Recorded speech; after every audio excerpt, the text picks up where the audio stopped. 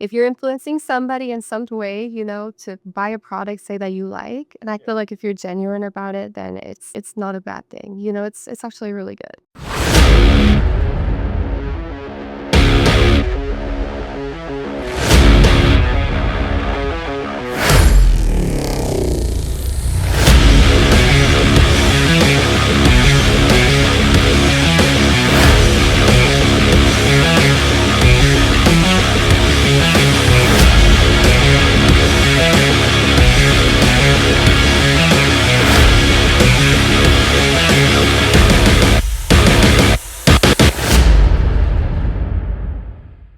All right, Team G Code, welcome to another episode of Range 5 Podcast. I'm honored to have Lindsay Lopez, also social media name Baby Yota, here with us today. She's on our pro staff coming all the way from Idaho. So, Lindsay, before we start, why don't you take a quick opportunity to introduce yourself? Okay, so my name's Lindsay, obviously. I go by Baby Yota on Instagram and on YouTube. I was not born in Idaho. I was born in New Mexico, but I grew up in Idaho my whole life. So that's pretty much my life. I've always just been in Idaho. So this is the first time I've been out this way. Oh, really? To the East East Coast, Coast? yep. Okay, well, cool. What brings you out here? Just to tour the G Code facility, cool. and my husband had a couple of meetings too for his work. It kind of just worked out in the end to be in the same state. That's cool, and we're definitely glad to have you out here. You've been lucky enough, your first time on the East Coast, you got to go all the way to Raleigh and Burwell, North Carolina.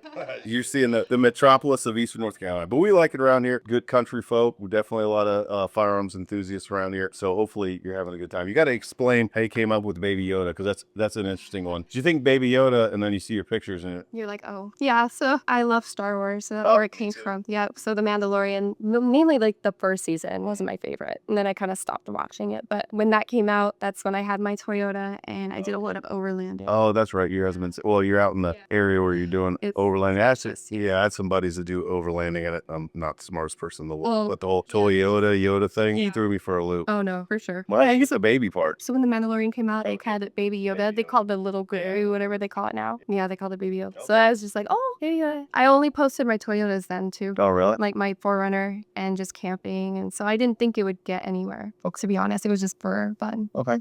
And then it grew from there. I started posting more firearms and it's kind of taken over the page now. Okay. Started off overlanding and now into firearms. How does one, like, can you talk a little bit about what it means to be an influencer in the 2A space? Or like, how do you become an influencer and what does that mean? Well, it's kind of hard because when people hear the word influencer, they're like, ugh, they kind of get this like, oh, you're just an influencer. I don't know. It kind of has a bad rep to the name. Oh, really? But like, yeah, because it's, I feel like people are like, I don't know if you want to call it like, when you see most influencers, they're just kind of get that rep of being a sellout or they're like just doing it for certain reasons, but I feel like it's more like you just putting yourself out there. And if you're influencing somebody in some way, to buy a product, say that you like, and I feel like if you're genuine about it, then it's not a bad thing. It's actually really good. Yeah. So like, I don't feel like it's I don't know. People tend to think it's. Oh, we appreciate what you're doing. I mean, obviously we're a manufacturing company that makes tactical gear, but that's how you market stuff now, right? It's social media is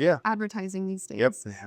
We were talking before, we were showing you the manufacturing plant and we're making holsters for the Canic Prime this year, and you're also an influencer for them. And so you got the influencers get the holster and the Prime first, but that's intended to generate interest, generate sales, because that's where it's at now in social media. Heck, that's why we started this podcast. We want to, we believe we're a lifestyle brand for folks in the 2A space and the tactical gear, and we just want to set up a forum. We have folks like you come down and talk about it. It will help us sell a little bit, yes, but we also want to make sure people could see a little bit behind. I think people also want to see behind the product, right? They want to know the people behind the product, values in the company behind the product. I think as an influencer yourself, like you have to be genuine. You can't just come off as like, I'm just trying to sell something, like I really love repping the companies that I rep because like this was my goal. To like, you guys were my goal. Like, oh, cool. You're the top of the top. And I was just so thrilled to be part of the program. Oh, well, we're lucky. Yeah. We'll talk a little bit more about why we're lucky. But again, we talked a little bit about you. I mean, I'm obviously, everyone who watches this podcast will probably talk too much about what I used to do. But I grew up in the Marine Corps, honor, courage, commitment. Your dad was a corpsman for 20 years with the Marines. You're going to come from a background of morals and good upbringing. I think that matters to people. And people obviously pay attention to your opinion because you got, what's your social media following up to? Do you know? It's at 55K I think. Yeah, that's it. All organic. Yeah, it took me, gosh, it just feels like it was starting off really great for the first year, and then it slowed down because of all the shadow banning and all the Okay. fun stuff. And then just like over time, like you try and, to put yourself out there. It's hard. Yeah, no, I mean, it's important. When I do a lot of stuff on LinkedIn, but I mean, if you're a professional and you want to be out there or find a job or find a product, I think you just have to be on social media nowadays. I mean, if you're not, it's hard to find you with search engine optimization, all kinds of stuff. Yeah. I'm learning about here. You got to have all that stuff down. So you're probably one of our founding members of the G Code Pro staff. Maybe not the first one, but definitely early on. Can you talk a little bit about your experience on the pro staff? Honestly, it's been the most smoothest collaboration, I guess you could say, that I've had with the company. Like, everything's just been smooth. You guys are awesome because we have these meetings. You get to talk face to face pretty much monthly, and I don't know, sometimes you work with companies and you never hear back from them. And I feel like it's when the company takes, pride in like having you on their team and showing that is like very important, and you guys do that. So Okay. Well, that's good. I hadn't asked you that before. But again, we're a small family owned company. Right. Scott's kids work here. I feel like I'm part of the family. I mean, you went through the factory. I mean, we have a responsibility to those folks to, make sure that they have a good living. And I think that is a benefit of the company. We do have a pretty healthy manufacturing capability, but we do get that back obviously from influencers or a lot of our business partners, because we're large enough that we can put out a decent amount of high quality product, but we're small enough that if you want to get me on the phone as a chief operating officer or Scott as a CEO, you can do it. We still have human beings in customer service because that's important. Yeah, that's important to Scott because I mean you can outsource it and we could probably make our product a little bit cheaper, but I mean, again, we sell quality. We want to have quality customer service, and so that's definitely something that Scott's ingrained to us. Whether it's our pro staff or our customers, we want to be able to be out there for them. Again, reason for this podcast is to make sure that folks know about the product, that we care, and that good customer service is important. So thanks for letting me know. I'll tell my boss that I'm doing a decent show on that part. No, I'm kidding. So you went to SHOT. How many times have you been to SHOT Show? This last year was my 4th year. Okay. And then what was your experience like at SHOT Show 2025? It was fun. A lot of networking. Like, sometimes you get to the point, like the first 2 years, I was able to look around at everything, just kind of network in a way to where you're meeting people because you're just kind of like fresh feet, you don't know people, people don't know you. But after a while, it gets easier. And then, yeah, a lot of networking. You don't really get to look around at everything, it's more meeting people and discussing the plans for the year and stuff. Yep. So it was exhausting for me. Yeah. So last year was my first SHOT Show, but it was exhausting. Oh, Yeah. Did you get sick? Yes. Yeah, I got sick while I was there.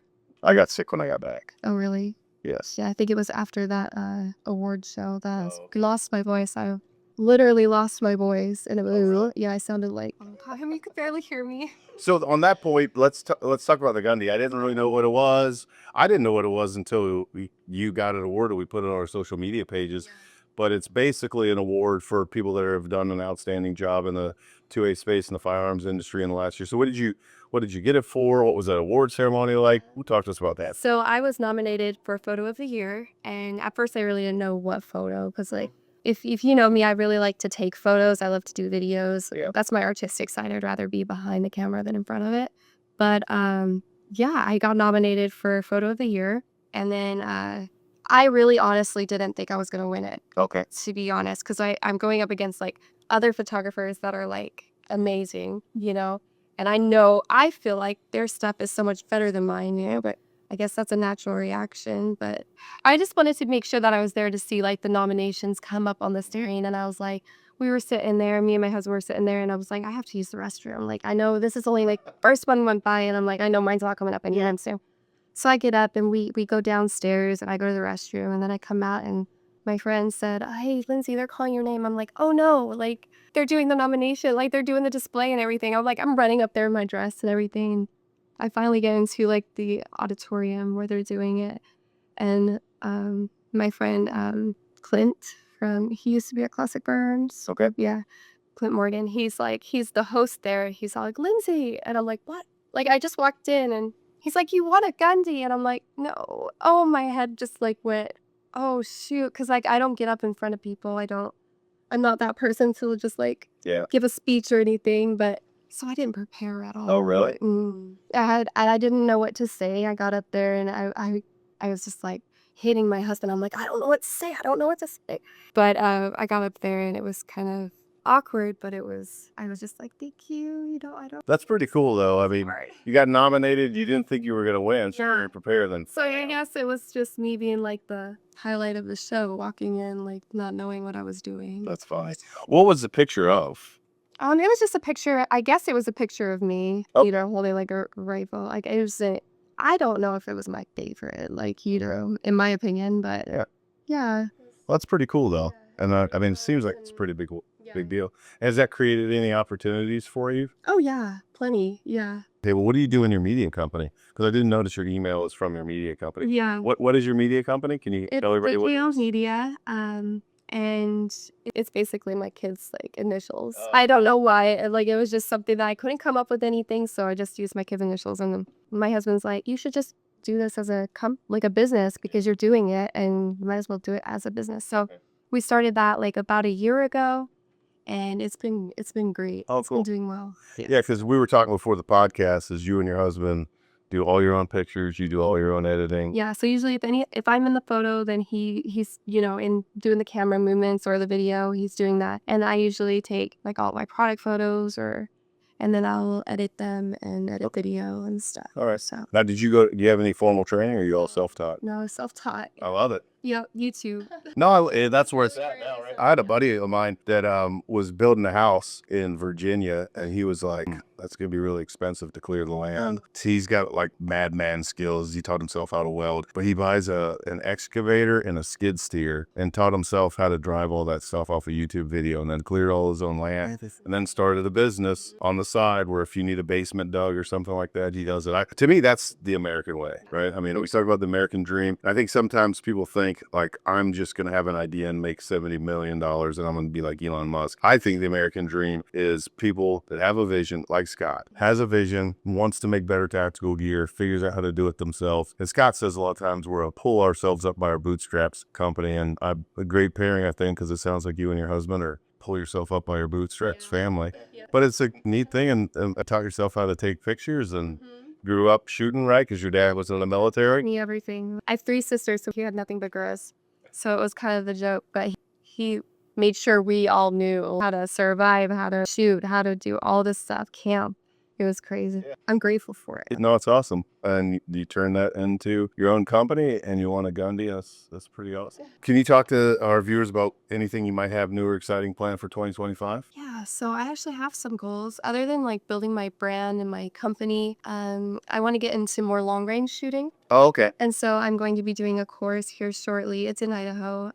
Fritz Precision Shooting. He had reached out to me like a while ago, and I any chance that I can get, you know, to take a course or do something, especially long range, I'm all about it. So I'll be doing that soon. And then, gosh, try to remember the other thing. Sorry, there was something else I was gonna say, and I can't remember. Okay. Well, we got a new belt buckle coming out, so we're definitely gonna get you that. Oh yeah. And we can put you in contact with some long range shooters. So we have quite a few long range shooters, snipers in the Marine from the Marine Corps that are also on our pro staff. Yeah. So we can link you up with them. Oh sweet. That's a different ball game. I am not a duty expert, but like you got to know math and stuff. Yeah. I don't know. I feel more comfortable behind a rifle than I am a pistol. Oh yeah. Which is kind of. Is that where you grew up shooting rifles? Yeah, pretty much. Well, my dad did both, but I don't know. I just found I enjoy it more. I don't know if it's the fact that you could just sit there and like you have time to like do it. You know, whether a pistol, you're just like trying to shoot your targets. It was just. You decided on what long rifle you're gonna shoot yet? Right now I have a Buckara B14 just for hunting. So that's the other thing. Yes, that's what I forgot. That's what I want to get into this year. Do you hunt already? Or No. So my dad took me on a trip that he went with his friend. He was a big hunter, but he would, you know, like shoot rabbits here and there, you know, stuff like that. But I went hunting once, but I've never shot my own. Okay. Yeah. Well, you're out in, in Idaho, they try We have a elk. lot. Elk, deer, you know, you got moose and bears and Oh, wow. too. I love hunting. North Carolina whitetail deer are sort of small. Oh, yeah. I guess it's something to do with the climate and a lot of pine trees around here. Deer, like, acorns and stuff. And then something to do with the climate because it gets really hot. And so deer up in the northeast and out west generally tend to be here. But yeah, that's fun. I have all my kids do it. For me, it's you got 2 boys, and it's probably something you can pass on to them. That's good. Sure. Honestly, I think just like your dad taught you to hunt, camp, being able to. Outdoorsing. Yeah, I mean, I don't I eat everything that I kill. Same. I respect the animals that I kill. I'm not out there. Right. Trophy hunt. Yeah, trophy hunting or being weird, but I love doing it. My wife got me some deboning knives a couple years ago. It's North Carolina, so I can't get away with. I just throw a rope and a carabiner up over a branch of the pine tree in the back and yank that thing up. Yes. And in my neighborhood, and my neighbors are always like, "Yay, great! That redneck's out there doing it." Yeah. Do that bonus. My kids prep all my meat, pack it, freeze it, and it's just sort of that's a good family thing to do. Yeah, too, sure. I definitely want to do that. Yeah, no, it's a good wholesome, I think American thing to do. I did see my first. You guys will laugh at me, but what is it? Those things that play dead. Possum. Possum, yeah. Saw the first possum ever. Where? It was actually in West Virginia on this trip. Okay. Yeah, yep. We don't have those, so. Yeah, those are dirty little animals. You want to stay? They're so cute. I'd stay away from. I was on a hunting trip, college, and we were down in Alabama. It was a pretty neat thing. One of my college roommates' dad had some property. He had to get on the John boat across the river. I forget where it was. And then they had a little hunting cabin. And we opened up the door, and that hunting dog went crazy. There was a possum that got in the house. And then it got up under this old wood burning stove there. Yeah, we had to shoot it a couple times. Oh my goodness. To get it out because it wouldn't go go out. Your raccoons. Do you guys have raccoons? Yeah, we got raccoons too. Yeah. We get those, but we don't have possums. Possums are dirty little animals. Yeah, I heard they go in a dead animal and start eating the guts out of it. Ew. Yeah, some people shoot them and eat them, but I'm not doing that. Yeah, no. Plus, too, I've shot squirrels before. There's just not a lot of meat on them. Yeah. Not a lot of meat on them. But yeah, deer hunting's fun. My son, 17-year-old, he's the baby, so convincing him to go do stuff with me is difficult sometimes. We got him on an 8-pointer this year. And so I don't know if your boys are competitive, but my boys are super competitive. They're competitive against each other. Yeah, no, mine are too. And that was the biggest deer that we've shot around here. And so, but other brothers, we had it on camera, we had it patterned out. And my other 2 sons are older and they're both police officers and they're working, so they couldn't come out with me. Made them come out. I put them on the stand. I was like, we nicknamed them Diesel. And I hear a shot. I go, "Did you shoot him?" He goes, "Dad, I got Diesel." I'm like, "Oh man."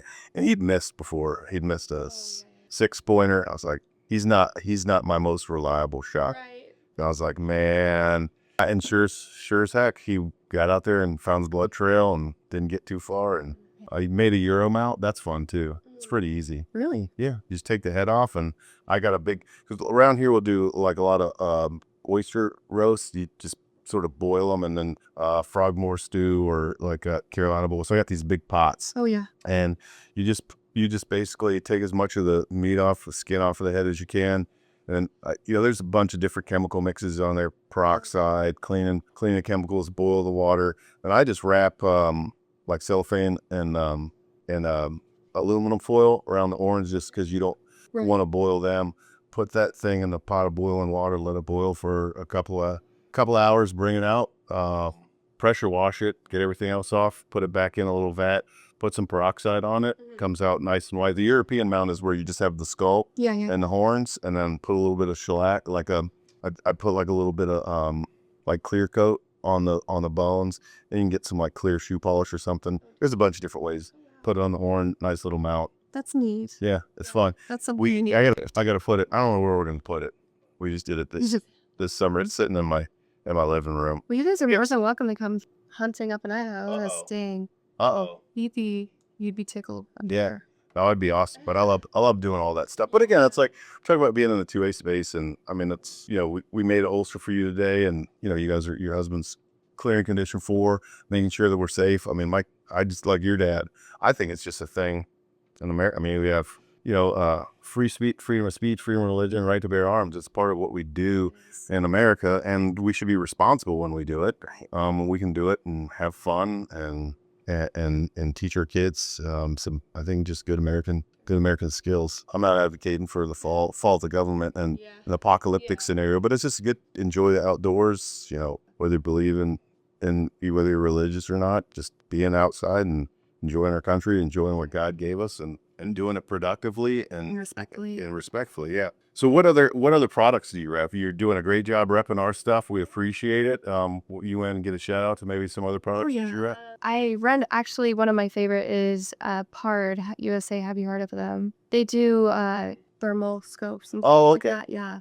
So nice. Those are so nice to have. Yeah. So if you get into hunting, I know a lot of my buddies at hog hunt. We don't have a I lot. want to do that this Yeah, we don't have a lot of hogs here in North Carolina, but I know the further south you go. yeah. But that's pretty much the way to do it. I got Right. a buddy. This is more Marine Corps nerd stuff, but they go out and they all got thermals, and they have a drone with thermals, and There's spotting.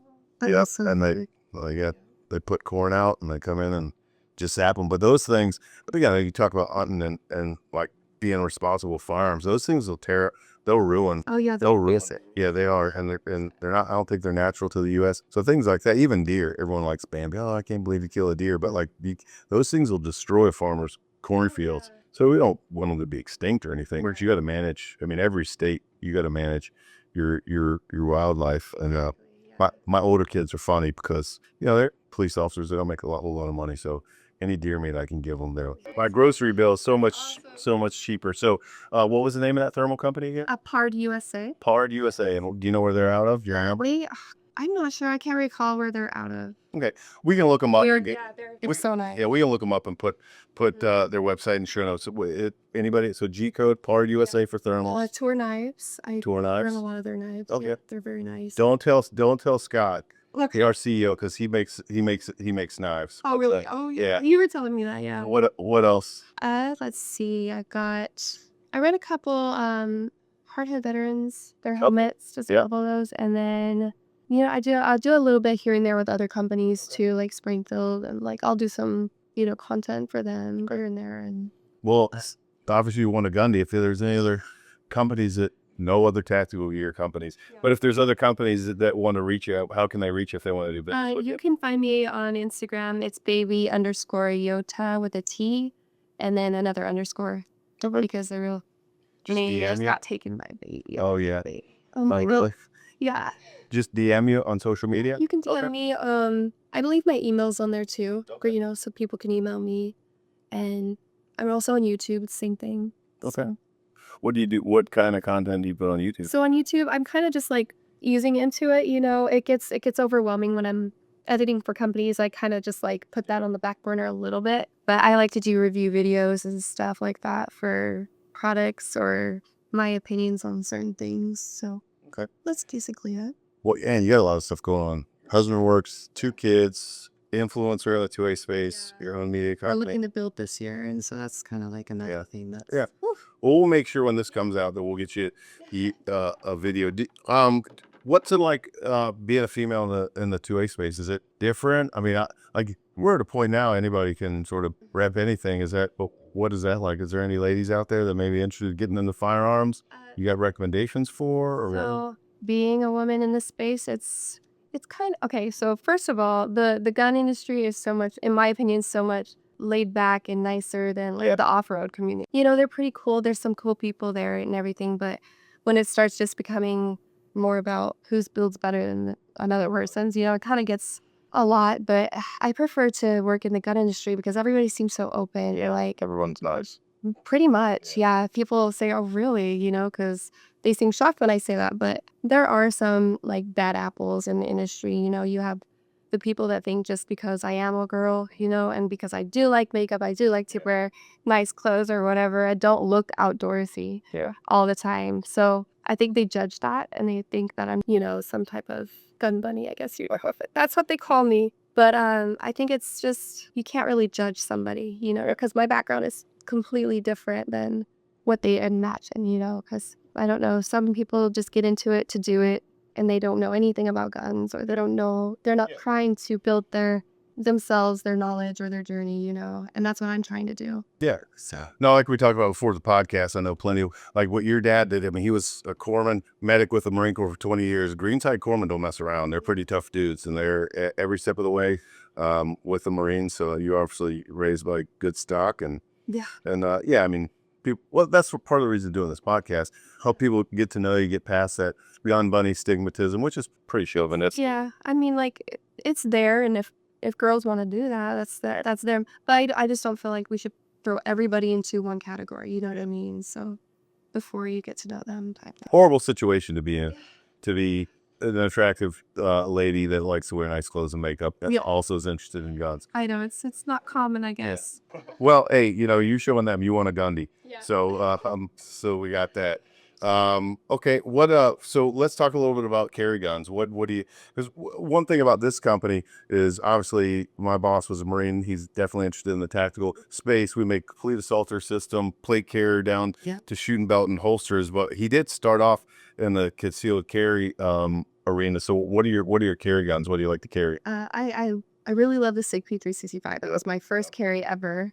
Like, it just felt like butter in my hands. I just could not. Yes, it was amazing. So that was always my favorite. And then I also do like the Springfield echelon. That's a good one too. That I just feel comfortable shooting and everything's just like. What dots do you run? I saw in your echelon you got it. Echelon, I have the Vortex Defender, I think it is. Yeah. And then I also run some swap box here in North too, because there's a little more like, they're really good, not having to spend a whole bunch of money. Yeah. Budget friendly, but really good. No, I've run a couple of Vortexes and they're great. And they got a great 180 program and you get beat the heck out of them and they keep going. Yeah, I like Hollow Sun a lot too. I get a little weird having been in the military and like battery power. And I really like, the solar, but Vortex, I got Vortex on a lot of my hunting rifles. And it's just a great American company, well made. Yeah, we don't have her holster here because we're doing some custom work on it. Yes, but we're getting echelon compact. Yeah. It's a little shorter than it's a little bit shorter. We standard make the echelon full size. So we got Dylan, one of our custom holster makers, just shorten it up a little bit. But one of the things that is a thing that I wanted to start doing, because I don't want to push the product too much. Again, we talked about lifestyle podcast. We wanted this to be as much about our guests as really more about our guests than it is about G Code.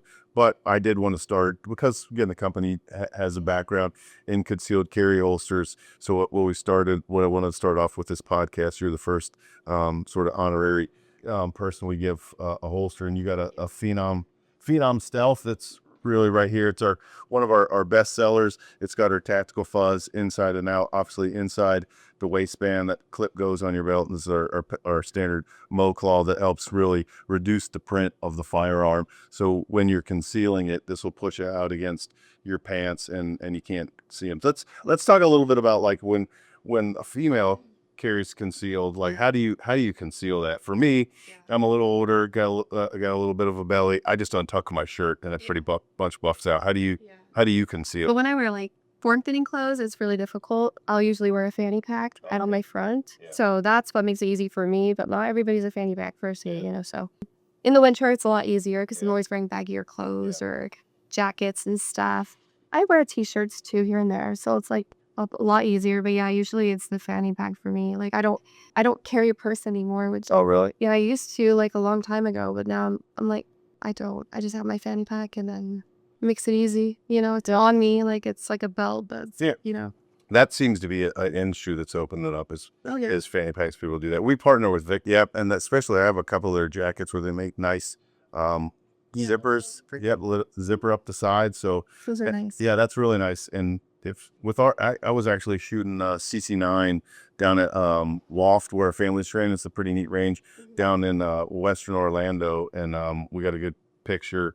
And you really basically all you can see once you have the zipper up is you see that clip. Oh yeah. And that's it. And it does a really good job of concealing. But they make great products. I'm wearing some Victos jeans right now. They got I love their boots. I don't have them on them right now, but yeah, I have some in the car. Oh, cool. Yeah, their boots are nice. What I thought was neat, and I don't know if they do it for female clothing line, but for male clothing line, they've got some pretty high quality ribbon that's sewn inside, so for appendix carry, strong side carry, so that then you could even one step further have that clip on the inside of your belt, inside of the pants. Because I think it's important to talk about. This is an open carry state. Same with me. Oh, really? I know you're allowed to do it. I don't, because I think that makes you. It's always the smartest thing. No, because you have a weapon on you and you don't know who you're around. And to me, just go grab it. My military mind, that's exactly what I think. You become a target. So again, but I think it's a good discussion about responsible carry.